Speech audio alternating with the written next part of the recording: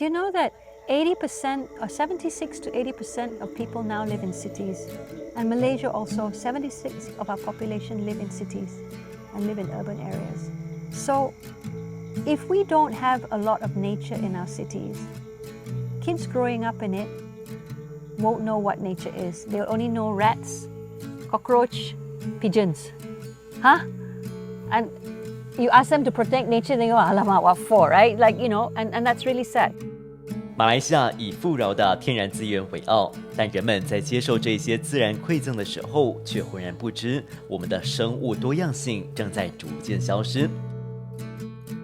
为了重拾这一份财富，吉隆坡赠树协会过去10几年来一直都在雪隆这一片钢骨森林中，通过种植和免费赠树给民众来进行城市野化工作。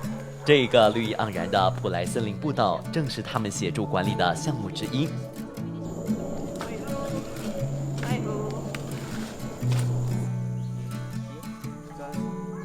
当被问到为何如此情牵人类与大自然的羁绊，创办人刘艳凤的回答直截了当 Greenery will be cooler. The temperatures will be cooler.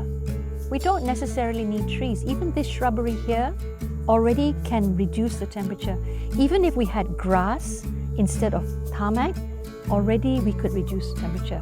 If we had longer grass, even 1 foot high, it can reduce the temperature more than cut mown grass 1/2 inch thick, 1/2 inch high. So the more greenery we have, it will be cooler. The more life we can attract, the plants will be healthier. We will have more oxygen. One tree, is it one tree? One medium-sized tree gives oxygen for one person for a year. How many trees are there in our neighborhood? Enough for everybody or not? We went in there and we counted. We put tags on them. We don't even have 700. We have just under 600 trees. Just under 600 trees. So 600 people. Which house wants to claim those trees for their oxygen? Huh? 赠树协会的成员阿菲夫表示，他们在植树前会先考虑种植的目的，才决定种植哪些树种。目前所种的树木有60%到70%都是可以为野生动物提供食物的果树。Afif pointed out, the trees are selected. We have to attract the wildlife first, because the wildlife will help us to grow the forest. Yes. If we have no wildlife, the trees are not going to be able to have the anak and the succession and grow more trees. Yeah. 除了修复森林，赠树协会更大的愿景是要把散落在城市各处的绿地由点连成线，建构一条可以让动物、昆虫在各个绿地之间通行的生态走廊。听起来十分的宏观，但其实住在城市里头的每一个人都可以成为这项计划中的一个绿点。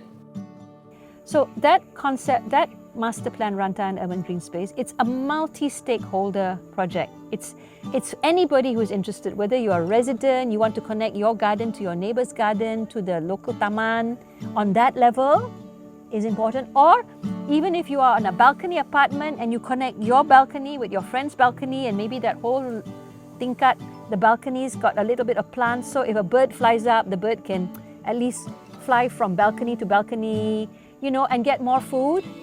You don't even have to have green fingers. But even if you just committed to looking after one plant on your balcony and make it a plant that is useful, not just beautiful sculpture, not just beautiful statue, got some use lah, right? It feeds an animal, or it's a home for an animal, or a little bit of insect or whatever. As long as, you know, it's looked after that way, you are helping. We have a colleague, Rina. She lives on the 9th floor. That's quite tall, 9th floor. She put one potted plant with a flowering shrub. But a bird. We don't have hummingbirds in Malaysia, but we have sunbirds, and they're only like that, 2.5 inches tall, long. Huh? It flew up 9 floors to drink from the flowers. You see? So she's helping nature. She's giving it a food source. 不过在空间有限的城市范围，该种什么植物才好？刘艳凤给出的法则就是选择本地植物，一定不会错。So you might get the gingers, the kantan, the limau, the curry leaf, whatever species which are native to Malaysia, we try and encourage that for them to plant a bit more of. And why we want to use those native species, that native species are more resilient. They need, oftentimes they need less water. They're already resilient to the local pests and diseases. They already built up immunity, right?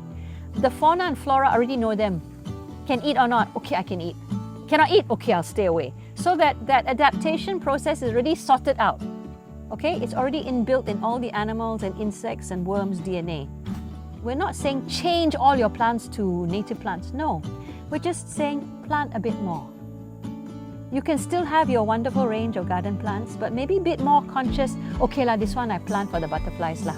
Okay, this one I plant this fruit tree. Okay lah, let the birds and the squirrels eat it. I don't have to eat it. I don't have to eat the fruit. How about those that have a garden but they do have time to tend? That's even better.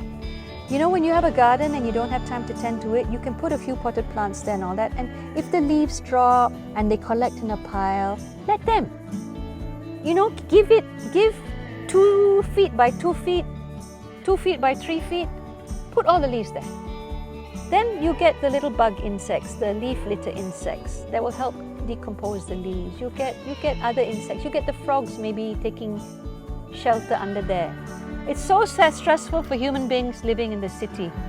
Can you imagine how stressful it is for the frog or the insect? Every time halau, halau, halau, halau, sweep, sweep, sweep, spray, spray, spray. Right? So just give a little bit of space. Nature is just hardwired to survive. So if we can give it a little bit of space, it will try. So let that wild grass or whatever be there for a few more months. Then when you cut it down, you don't have to cut it all the way down and botak it. You just cut it 1 foot high, keep it in control, let it come up again. Then after another 3-4 months, 6 months. So maintenance is less, but you know you're helping the insects. And you know that food chain helps to keep the birds going or keeps the amphibians or the reptiles going. 维护自然或许在一些人的观念里是身为人类的道德责任，但两者之间的关系从来不是施恩，而是共生。积极推动赠树的刘艳凤也鼓励民众自主加入种树的行列，并在过程当中参透万物皆互利共生的道理。More than ever, we really need to support biodiversity because our existence depends on it.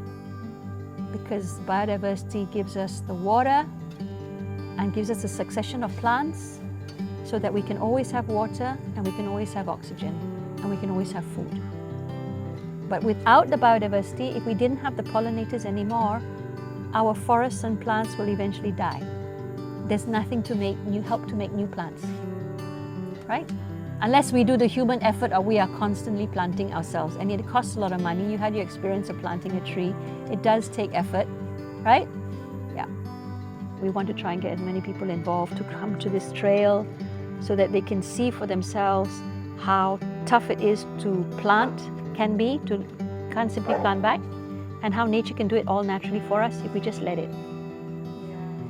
The cheapest, most effective way is just let it be. It will sort itself out and not cost us any money. I think if people understand, oh yeah, we need pollinators. Oh yeah, oh a bat is a pollinator, I never knew. Whatever, you know, if they got more clued up and appreciated how we need it for our survival, not to live comfortably, not to live conveniently, really just for survival. Don't you think they would maybe look at nature a little bit more kinder? Hard to love for something that you don't. Exactly. Please quote that. That's what we always say. You cannot protect what you don't know. There's another one that says you cannot protect what you don't love. Hello. Huh? I can protect you because I know you and I love you. Yeah.